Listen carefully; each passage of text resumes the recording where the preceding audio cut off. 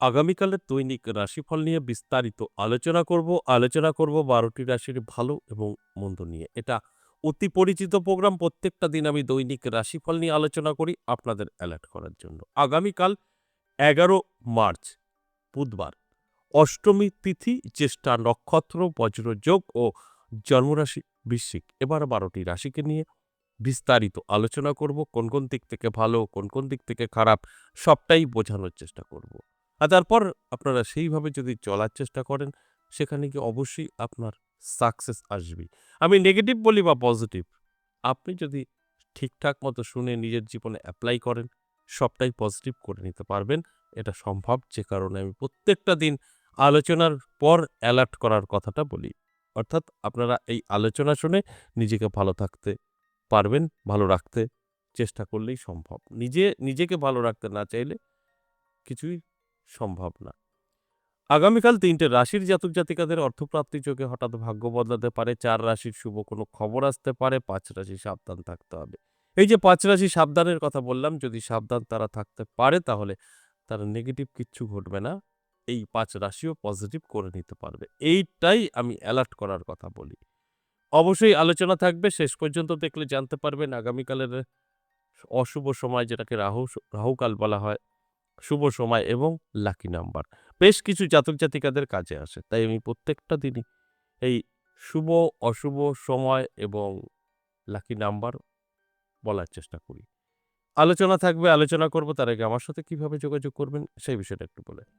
নমস্কার, জয় মা কামাখ্যা, জয় মা তারা। যারা ভীষণভাবে বিপদে আছেন, কি করবেন বুঝে উঠতে পারছেন না বা বহু জায়গায় গিয়েও কোনো সমাধান হয়নি, একবার হলেও আমার সাথে সাক্ষাৎ করতে পারেন। যত বড় সমস্যা থাকুক না কেন সেখান থেকে কিন্তু বেরোতে পারবেন।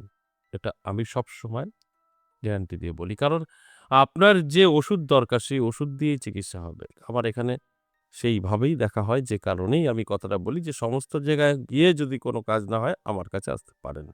কারণ আমি reiki trainer, mind trainer, astrologer এবং তান্ত্রিক। কোনো না কোনো দিক থেকে আপনাকে অবশ্যই হেল্প করা সম্ভব। যে কারণে আমি বলি একবার হলেও সাক্ষাৎ করতে পারেন। এছাড়াও আমি মাসে ২ বার তারাপীঠ থাকি। তারাপীঠে ইনস্ট্যান্ট যদি আপনি চান আপনার সমাধানের জন্য হোমযজ্ঞের মাধ্যমে, যেটা আমরা চালান বলি, চালানের মাধ্যমেও আমরা কাজ করে থাকি। ২১ তারিখ আমি থাকছি তারাপীঠ। অর্থাৎ এই মার্চ মাসের ২১ তারিখ তারাপীঠ থাকছি। যাদের প্রয়োজন, খুব দরকার, তারাপীঠে আমার সঙ্গে সাক্ষাৎ করতে পারবেন। তারাপীঠে যারা আসতে চাইছেন, দেখবেন তারাপীঠ বলে একটি বুকিং নাম্বার আছে। ওই নাম্বারটায় কল করবেন, নামটা লিখে দেবেন। যারা আমার নিজের মন্দির ১০ মহাবিদ্যা কালীবাড়িতে আসতে চাইছেন, তারা দেখবেন ৬২ দিয়ে একটি নাম্বার আছে, সেটাকে সেভ করে নিন। ওখানে কল করুন। সবসময় কলটা রিসিভ করে। আপনি কল করে বিস্তারিত আমার সাথে সাক্ষাৎ করার বিষয়ে জানতে পারবেন এবং রাস্তায় আসতে গিয়ে যদি কোনো সমস্যা হয় ফোন করবেন, আপনাকে গাইড করে নেবে এবং নামটা লিখে দেবেন। কিভাবে আসবেন সবটাই কিন্তু কল করলে আপনাকে বুঝিয়ে দেবে। এছাড়াও আমি বলে রাখি পথনির্দেশ, এখানে আসা কোনো বিষয়ই আপনার ভয়ংকর কিছু নেই। খুব সহজ। কৃষ্ণনগর লোকাল ধরতে হবে, বীরনগর স্টেশন নামতে হবে। ১ নম্বর প্ল্যাটফর্মে এসে সেটঘর থেকে বেরিয়েই দেখবেন টোটো, রিক্সা, অটো দাঁড়িয়ে আছে। ১০ মহাবিদ্যা কালীবাড়ির কথা বলবেন, আপনাকে নিয়ে চলে আসবে। তাও যদি প্রবলেম হয় অবশ্যই কল করবেন।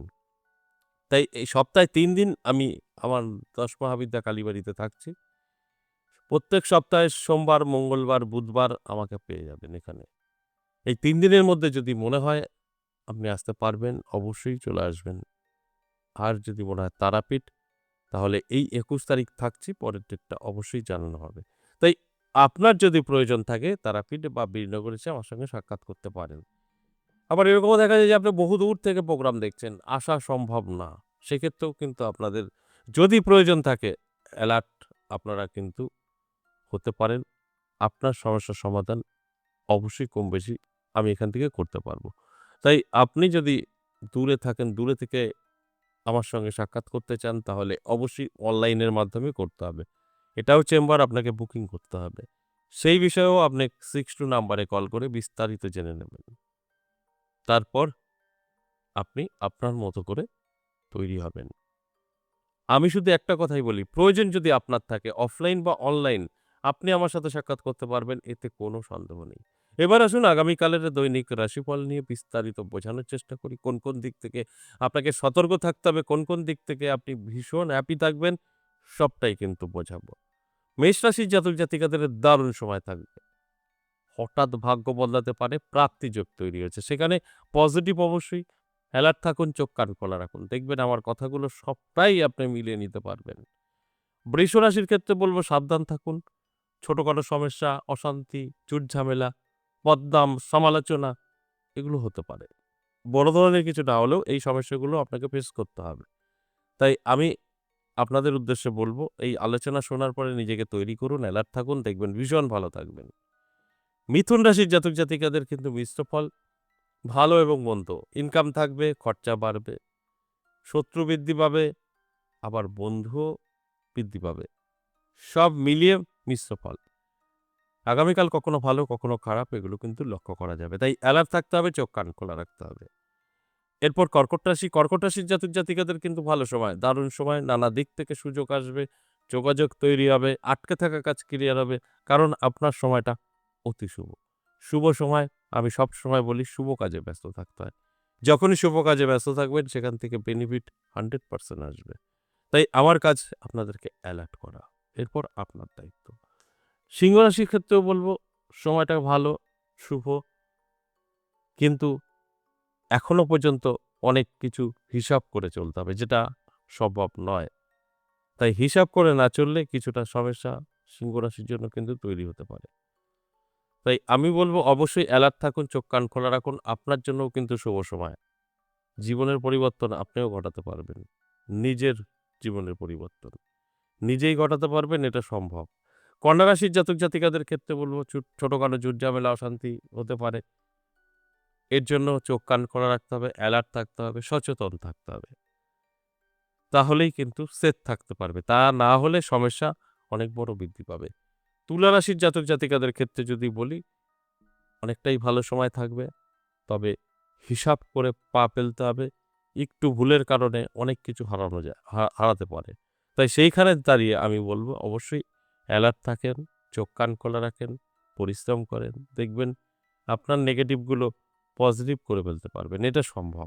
বৃশ্চিক রাশির জাতক-জাতিকাদের প্রাপ্তিযোগ, হঠাৎ ভাগ্য বদলানো, নানা দিক থেকে অর্থ এসে হাতে ধরে দেওয়া এইগুলো কিন্তু লক্ষ্য করা যাবে। তাই আর্থিক দিক থেকে উন্নতি হবে, নানা জায়গা থেকে সুযোগ সুবিধা আসবে।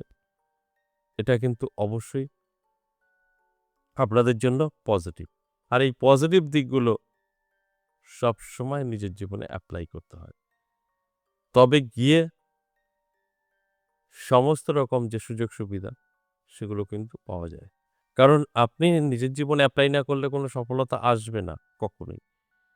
ধনুরাশির জাতক-জাতিকাদের ক্ষেত্রে বলব স্বাস্থ্যের যত্ন নিন। সব ঠিকঠাক থাকবে। শরীর সাথ দেবে না। নানা জায়গা থেকে কিন্তু সমস্যা তৈরি হবে এবং নানাভাবে আর্থিক ক্ষতিরও সম্ভাবনা থাকবে। তাই অ্যালার্ট থাকতে বলব, চোখ কান খোলা রাখতে বলব। তাহলে কিন্তু আপনি অনেকটাই ভালো থাকবেন।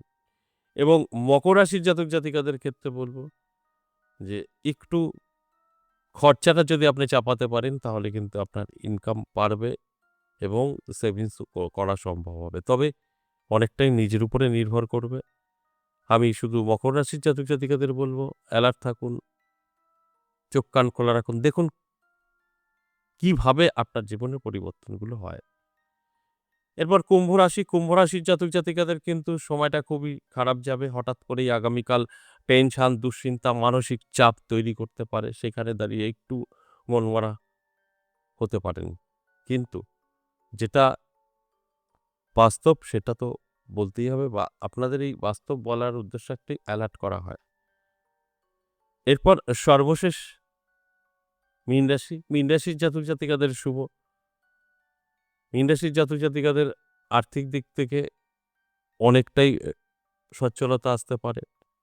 সেদিক থেকে কিন্তু নিশ্চিত একটা ভালো জায়গা কিন্তু তৈরি হতে পারে। বেকারত্ব দূর হতে পারে। শিক্ষা ভালো হতে পারে যদি শিক্ষার্থী থাকে। তাই এই সবকিছুই কিন্তু পজিটিভ। তাই এই মেষ থেকে মীন ১২ টি রাশিকে নিয়ে আলোচনা করলাম। এটা সম্পূর্ণ এভারেজ এবং সর্বজনীন। তাই এই ক্ষেত্রে প্রত্যেকের সাথে ধরে, ধরে মিলবে এটা বলা সম্ভব না। তবে অবশ্যই মিলবে যাদের সব ঠিকঠাক থাকবে তাদেরই মিলবে। তাহলে আসুন আগামীকালের রাহুকাল সময়টা বলি। আগামীকালের রাহুকাল সময় বেলা ১১:৪৭ থেকে দুপুর ১:১৬। আর এই সময়টা কোনো শুভ কাজ করা যাবে না। এছাড়া সারাটা দিন কিন্তু শুভই থাকছে। এবার লাকি নাম্বার 87653 এটা সকলের জন্যই প্রযোজ্য। আশা করি বুঝতে পেরেছেন। আজ এ পর্যন্তই, আবার আসবো নেক্সট ভিডিও নিয়ে। ততক্ষণ ভালো থাকুন। নমস্কার।